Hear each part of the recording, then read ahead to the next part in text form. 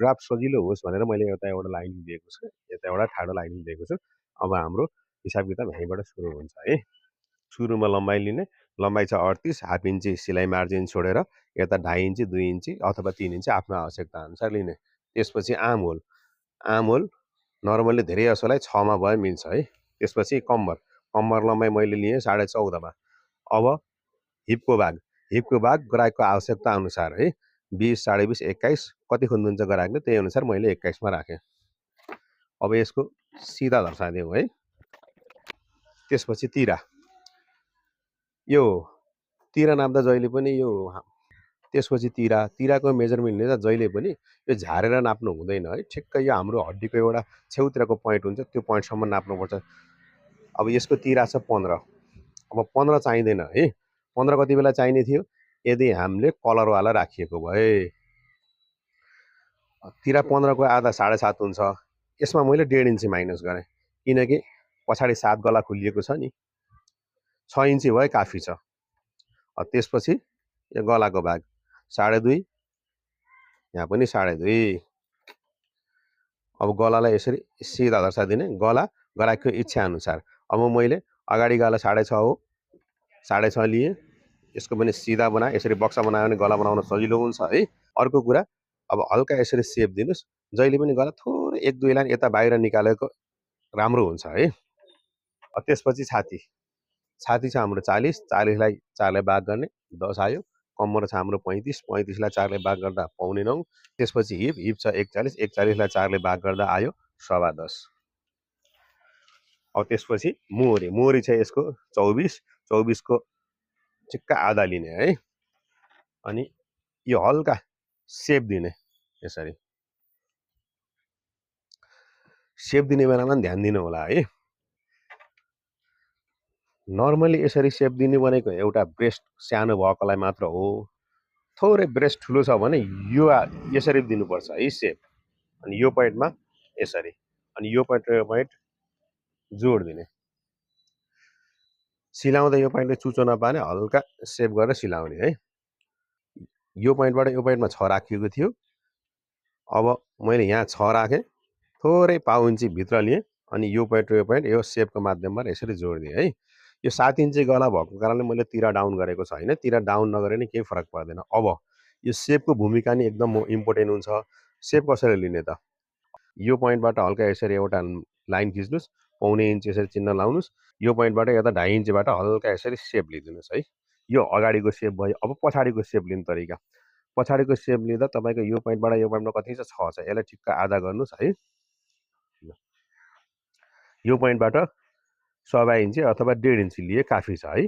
अब यो पोइन्टबाट सेप दिन सुरु गर्नुस् यसरी।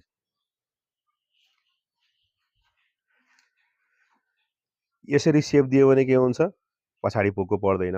अब कतिपयले के गर्नुहुन्छ, यसरी सेप लिइदिनुहुन्छ। यसरी सेप लिइदियो भने के हुन्छ, यो भाग बढी हुन्छ। यसरी सेप लिने भनेको कलरवालालाई मात्र हो है।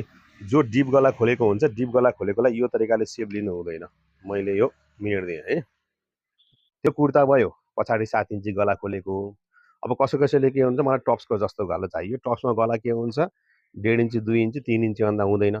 यदि 3 इन्ची गला खोलियो भने यही साइजमा अब यो तिराको भागमा फरक हुन्छ है। त्यो के फरक हुन्छ त, भिडियो ध्यान दिएर हेर्नुस्, म यो अर्को चकबाट बुझाउँछु है। तिरा यही भइहाल्यो है। अहिले 15 थियो तिरा, 15 मा 1.5 इन्ची घटाइएको थियो। अहिले तिरा कति थियो, 15, 15 मा मैले 1.25 इन्ची मात्र घटाएँ। अब यता मैले तिरा कति राखेँ, 6.25। पछाडि गला कम छ भने आधा इन्ची डाउन गर्नुपर्छ है। प्रायले यसरी सेप सिधा लिनुहुन्छ। सिधा लिनुभन्दा थोरै यो सेपको माध्यमबाट हल्का सेप लिएको राम्रो हुन्छ। अब आधा इन्ची यता डाउन गऱ्यो होइन। अब यता आधा इन्ची डाउन गरिसकेपछि अब यो हाम्रो आर्म होल त सानो भयो। अब हाम्रो आर्म होल पनि बढाउनु पर्ने हुन्छ। आर्म होल कतै बढाउने त, यहाँ आधा इन्ची डाउन गरियो, तर आर्म होल बढाउँदा हामीले 1.25 इन्ची बढाउनु पर्छ यसरी है। अब यहाँ तिरा आधा इन्ची डाउन गरियो, तर यता आर्म होलको भागमा 1.25 इन्ची मैले तल बढाएँ। कारण के भने जति हाम्रो तिरा बढ्दै जान्छ नि, यो आर्म होलको भाग पनि सानो हुन्छ। यो सानोलाई कसरी कभर गर्ने त, यता तलतिर थोरै बढाएर। अब डिप गला खोलेकोमा यसरी भित्रबाट दाबिएर आएको हुन्छ। अब 6 इन्चीमा भए पनि बाहुलासित टक्क मिल्न आउँछ। यो पोइन्टमा हाम्रो कति थियो 6.25। अब यो पोइन्टमा नि 6.25 राख्ने। यसमा पनि थोरै पाउन्जी भित्र लिने। अब यो सेपको माध्यमबाट यसरी सेप लिने। कति फरक भयो त ल हेर्नुहोस् त। अघि यहाँ थियो अहिले यहाँ गयो। त्यसपछि यो 1.25 इन्ची लिएर यही 2.5 इन्चीबाट यसरी सेप दिने है। ल यो अगाडिको सेप भयो। त्यसपछि पछाडिको सेप दिँदा के गर्ने, अघि के गरिएको थियो यो पोइन्टबाट यसरी आधा दिएर गरिएको थियो। अब यसमा थोरै फरक हुन्छ है। के फरक हुन्छ त त्यो पनि सजिलो छ। अब यहाँबाट 1.5 इन्ची अथवा 1.25 इन्ची भित्र लिने अनि यो सेपको माध्यमबाट यसरी सेप लिने। अघि आधा गरिएको थियो भने अब आधा नगर्ने। यहाँ पनि यो लगभग 2.5 इन्चीबाटै हाम्रो सेप दिन सुरु गर्ने यसरी। फरक के भयो त हेर्नुहोस्, अघिको डिप गला खोलेकोमा 7 इन्ची गला खोलेकोमा पछाडिको पनि यो पोइन्टबाट गएको थियो। तर अहिले यो कम गला खोलेकोमा के भयो त योको भाग पनि बढ्यो। मानिलिनुहोस् तिरा यो पोइन्टबाटै यसरी नै दाबेर पछाडिको लियो अथवा अगाडिको लियो भने आम होलमा मिल्दैन। आम होलमा चाहिँ तपाईँको काखी थोरै च्याप्छ, अप्ठ्यारो फिल हुन्छ है। त्यसपछि अब गलामा यहाँ 2.5 इन्ची लिएको थियो है। अब 2.5 को ठाउँमा यसरी 1.25 लिने है। अब यहाँ पनि 1.25 लिने। अगाडिको गला अघिको जस्तै यो। अब पछाडिको मात्र 2 इन्ची के गर्ने त यसरी बक्सा बनाउने, हल्का यसरी सेप लिदिने, बस भइहाल्यो। फरक हेर्नुहोस् है। यो निलो हाम्रो 7 इन्ची गला खोलेकोमा थियो भने अब यो पछाडि 2 इन्ची गला खोलेकोमा फरक यही नै है। अब बाहुलाको कटिङ। बाहुला भने दुईटाको एउटै नै हुन्छ है। सजिलोको लागि एउटा मार्जिन दिउँ। अब यहाँ पनि एउटा लाइन ताने है। अब बाहुला लम्बाइ छ 16 मा हाफ इन्ची सिलाइ मार्जिन राख्ने। अब 1.5 इन्ची फोल्डको भागको लागि 2 इन्ची राख्दा नि केही फरक परेन है। त्यसपछि यो पोइन्टबाट यो पोइन्टमा 3 इन्ची है। यसको सिधा धर्सा दिने, यसको पनि सिधा धर्सा दिउँ है। अब मोता छ कति 11, मैले 11 मा चिन्ह लाएँ। 45 साथी भएको व्यक्तिलाई आमोल कति चाहिन्छ त 16.5 अथवा 17, यी दुईटामा जति राख्दा नि केही फरक पर्दैन। अब यो पोइन्ट यहाँ लगाइदिएँ मैले। त्यसपछि यो पोइन्टबाट मैले 1 इन्ची भित्र लिएँ है। अब योबाट यो 2 इन्ची भित्र लिएँ। त्यसपछि फेरि 1 इन्ची भित्र लिएँ। अब सजिलोको लागि सबैसित यस्तो स्केल नहुन सक्छ। यो स्केल भयो भने त यसको माध्यमबाट यसरी सिधै सेप गरिदिए नि हुन्छ। यदि यो स्केल छैन भने है, अब यो पोइन्ट र यो पोइन्ट त बुझिहाल्नु भयो।